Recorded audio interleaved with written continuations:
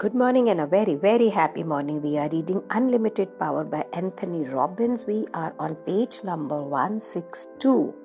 और हम सीख रहे हैं कि एक रिसोर्सफुल स्टेट में रहने के लिए कि जो ज़िंदगी में गो गेटर टाइप ज़िंदगी नहीं होती है, जो चाहे वो मिलता है और उसके लिए हम आगे बढ़ते चले जाते हैं। किस प्रकार से हमारी इंटरनल रिप्रेजेंटेशन ये हम कर चुके हैं और हम अभी देख रहे हैं फिजियोलॉजी किस तरह से हमें हेल्प करती है and how they are interlinked with each other.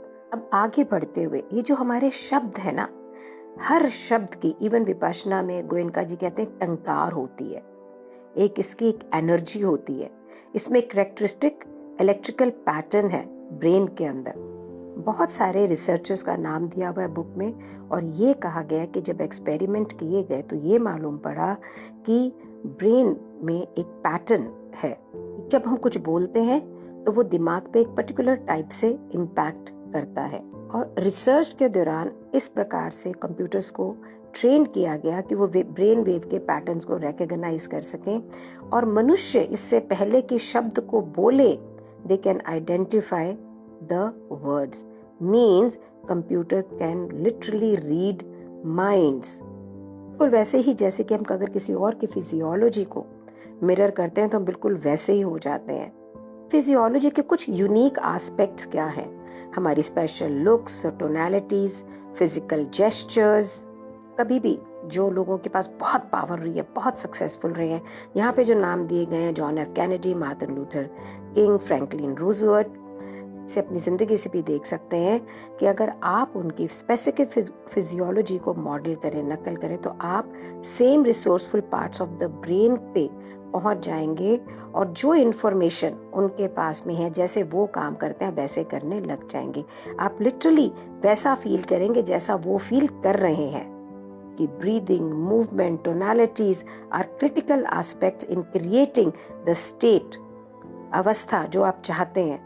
उनकी फोटो देखने से कुछ नहीं होगा, लेकिन उनका अगर आप वीडियो देखें कि किस प्रकार से उनका पोस्चर है, फेशियल एक्सप्रेशंस हैं, जेस्चर्स हैं, और उसे जितनी एक्यूरेटली आप मॉडल कर सकें, मॉडल का मतलब कॉपी कर सकें, तो आप बिल्कुल सिमिलर फीलिंग्स में आ जाएंगे। आप ये याद रखेंगे कि उस व्यक्ति की वॉइस किस तरह से, किस टोन में साउंड करती है, तो आप बिल्कुल वैसे ही करें। एक चीज़ आपको और नोट करनी है कि इन लोगों के बिहेवियर के अंदर लेवल ऑफ कॉन्ग्रुएंसी क्या है, तालमेल, एक लयता। उनकी फिजियोलॉजी एक ही सिंगल मैसेज डिलीवर करती, कोई भी कॉन्फ्लिक्टिंग मैसेज नहीं है यहाँ पर। इन सोच कुछ रहे हैं, कर कुछ रहे हैं, दिखने की कोशिश कुछ कर रहे हैं, शब्द कुछ बोल रहे हैं। तो अगर आप जब इन्हें मिरर कर रहे हैं इनकी फिजियोलॉजी को, लेकिन आप अंदर से वैसा फील नहीं करते हैं ना, तो आप सेम मैसेज अपने ब्रेन को नहीं दे रहे हैं। मीन्स आप किसी को कॉपी कर रहे हो और आप कॉन्शियस है यार मैं बेवकूफ़ की तरह लग रहा हूँ, इसको कॉपी कर रहा हूँ, लेकिन हाँ मुझे ऐसा रिजल्ट चाहिए, तो आप ब्रेन को क्या कह रहे हो? कुछ बोल कुछ रहे हो, कह कुछ रहे हो, फील कुछ कर रहे हो। तो पावर कब आती है? जिस वक्त आपका जो पूरा मैसेज होता है ये बिल्कुल यूनिफाइड होता है। ऐसे कहते हैं कि एक्सपेरिमेंट करें कि आप एक मार्टिन लूथर किंग की एक टेप ले लें और उसकी स्पीच को वर्ड बाय वर्ड बिल्कुल डुप्लीकेट वैसे ही बोलें, उसी टोनैलिटीज़ के अंदर, उसी वॉइस में और उसी टेम्पो के अंदर, तो there is a full chances कि आप उसी ताकत को, उसी स्ट्रेंथ को एक्सपीरियंस करेंगे जैसा आपने पहले कभी भी एक्सपीरियंस नहीं किया।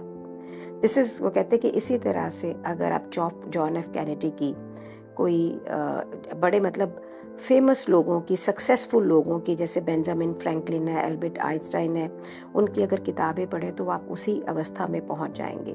आप उसी ऑथर की तरह सोचेंगे, उसी तरह की इंटरनल रिप्रेजेंटेशन बनाएंगे। लेकिन जब आप फिजियोलॉजी भी उनकी कॉपी करते हैं तो then it becomes in the flesh, then it becomes behaviour in you. I am telling you, reading as far as is concern, they are saying, मैं रोज़ मॉर्निंग में 4:30 बजे ये ऑडियो जो आप सुनते हैं इसे रिकॉर्ड करती हूँ और पूरे दिन बहुत ही पावरफुल रहती हूँ। मैं हर बुक सिर्फ वही पढ़ती हूँ जो इंस्पिरेशनल होती है, जो लाइफ के अंदर ग्रोथ लेके आती है, और मुझे लगता है कि वहीं से मेरी ज़िंदगी में ग्रोथ आती है और आप लोग जो सुनते हैं उनकी ज़िंदगी में ग्रोथ आती है। अगर ये इंटरनल रिप्रेजेंटेशन के साथ में हम अपना आउटर फिजियोलॉजिकल जो रिप्रेजेंटेशन भी उसमें कर दें तो सोचिए ज़िंदगी कहाँ जाएगी।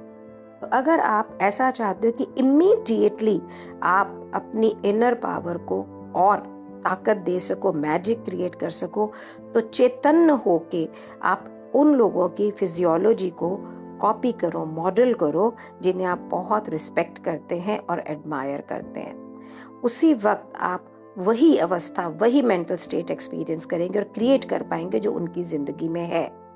तो आप किसी ऐसे की तो ना मॉडल करोगे जो डिप्रेस्ड है, उसी की करोगे जो पावरफुल और रिसोर्सफुल स्टेट में है। तो आप अपने ब्रेन के उन पार्ट्स को भी एक्सेस करोगे जो आपने शायद पहले पास्ट में कभी भी यूज नहीं किया है। राइटर कहता है कि एक सेमिनार में एक ऐसे बच्चे को मिला जो लीस्ट रिसोर्सफुल फिजियोलॉजिकल स्टेट में था और मैं उसे बिल्कुल भी पावरफुल स्टेट में ला नहीं पा रहा था। मालूम पड़ा कि उसका जो ब्रेन है वो एक एक्सीडेंट के अंदर डिस्ट्रॉय हो गया था। तो राइटर ने उस बच्चे को एज इफ मॉडल करने को बोला अपने आप को। वो बच्चा राइटर को देख के मॉडल करने लग गया और उसके ब्रेन ने दोबारा एक नए तरीके से काम करना शुरू किया। At the end of the seminar writer कहते हैं लोग उसे पहचान नहीं पा रहे थे। वो बिल्कुल एक्ट फील कंप्लीटली डिफरेंट कर रहा था जैसा उसने कभी नहीं किया था। तो कहने का अभिप्राय क्या है? सक्सेसफुल लोगों की फिजियोलॉजी को मिमिक करने से आप नए थॉट्स, नए इमोशंस और नए एक्शंस क्रिएट करते हैं। यहाँ पर एक प्रैक्टिकल एस्पेक्ट इस एक्सरसाइज का जो राइटर बताता है कि अगर अब आप सोचो कि एक वर्ल्ड क्लास रनर है, अब आप एक एथलीट बनना चाह रहे हो और अभी आपकी कैपेसिटी नहीं है, लेकिन आप उसके belief system, mental syntax, physiology सबको मॉडल करने लग गए हो, तो क्या आप उसी स्पीड से दौड़ने लग जाओगे? नहीं, ऐसा नहीं होगा, क्योंकि आप उस व्यक्ति को पूरा वैसे मॉडल नहीं कर रहे हो, क्योंकि अभी आपने सेम कंसिस्टेंट मैसेज अपने नर्वस सिस्टम को नहीं दिया है जो वो कंसिस्टेंट प्रैक्टिस से दे चुका है। तो ये इम्पॉर्टेंट है याद रखना कि कुछ जो स्ट्रैटेजी है जहाँ पे level of physical development, programming जो अभी आप करने की कोशिश कर रहे हो अभी उतना नहीं है जिसे आप कॉपी कर रहे हो। तो आपने मॉडल कर रहे हो कि भाई ये दुनिया का सबसे अच्छा, ये बेकिंग वगैरह के एक एग्जाम्पल है कि बेकर है और उसकी रेसिपी को आप उसके बिहेवियर को मॉडल कर रहे हो, फिजियोलॉजिकल मैटर कर उसकी रेसिपी को मॉडल कर रहे हो, लेकिन आप उसे बेक कर रहे हो 225 डिग्री पे, जिसमें कि वो करता है उसे 625 डिग्री पर। तो आपका क्योंकि उतना अभी डिग्री ज़्यादा नहीं है तो आप सेम रिजल्ट तो नहीं प्रोड्यूस कर पाओगे, लेकिन उसकी रेसिपी को यूज़ करके आपके पास जितनी भी डिग्री का ओवन है उसके रिजल्ट को मैक्सिमाइज कर पाओगे। तो वो जिस ढंग से अपने ओवन को यूज करता है उसका ग्रेजुअली इंक्रीज करके output over the time you can get the same results. कहने का अभिप्राय ये है कि जब सक्सेसफुल लोगों को आप मॉडल करें तो ये एक सेकेंड में आप रिसोर्सफुल स्टेट फिजिकली आ जाएंगे, लेकिन to bring the same result you will consistently need to be in that space and increase your stamina, growth, power के बारे में राइटर कहता है मैं नेक्स्ट चैप्टर के अंदर और अच्छे से बात करूंगा। अगर आप अपने फिजियोलॉजी के प्रति थोड़े चेतन रहें। लोग ड्रग्स क्यों लेते हैं, अल्कोहल क्यों पीते हैं, सिगरेट, ओवरईट क्यों करते हैं? क्योंकि ये एक इनडायरेक्ट अटेम्प्ट है कि वो अपनी फिजियोलॉजी को चेंज कर सके, एक हाई ले सके। इस चैप्टर में हमने क्या सीखा? एक डायरेक्ट अप्रोच जहां पे हम अपनी फिजिकल अवस्था को इमीडिएटली चेंज कर सकते हैं by breathing, by changing our body movement, facial expressions, अपनी टोनैलिटीज, और वही रिजल्ट जैसे कि आपको लगता है हाई चाहिए, मैं ड्रग इसलिए ले रहा हूँ, तो वो लेने की ज़रूरत नहीं है।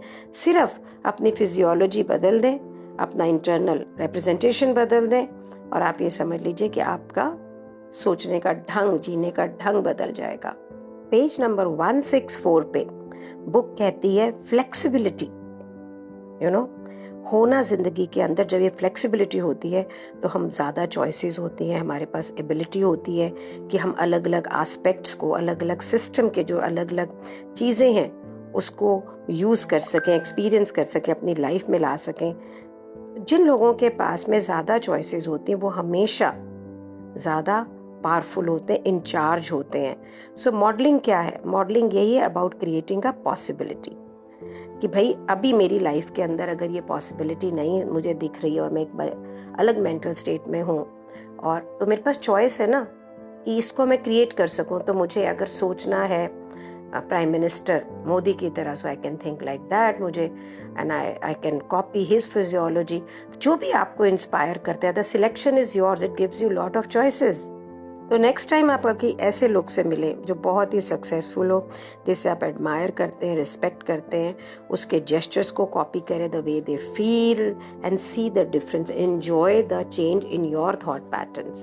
जिंदगी की नई चॉइसेस, नए तरीके आपको वेट कर रहे हैं। ये एक हमने ओवरऑल इस चैप्टर में सीखा। नेक्स्ट चैप्टर के अंदर फिजियोलॉजी के जो और फाइनर एस्पेक्ट हैं, the way we breathe, the nutrient we supply to our body, हम ये सारे के बारे में बात करेंगे।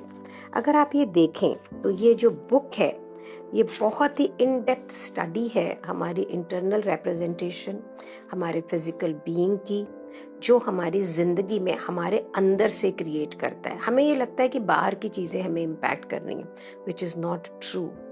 बाहर की चीज़ें हमें इम्पैक्ट वैसे करती हैं जैसे हमारी इंटरनल रिप्रेजेंटेशन होती हैं, और लोग हमें कैसे देखते हैं, हमारी फिजिकल स्ट्रेंथ कैसी है, पोस्चर कैसा है, वहाँ से भी हम इस चैप्टर में बहुत अच्छे से सीख चुके हैं कि इट इफेक्ट्स आवर लाइफ। यार, ये ज़िंदगी पूरी हमारे कंट्रोल में है, किसी और के कंट्रोल में नहीं है। Then what are we waiting for? बताओ। We are waiting only for ourselves to move ahead. So let's move ahead now. Thank you so much for being in my life. Thank you so much.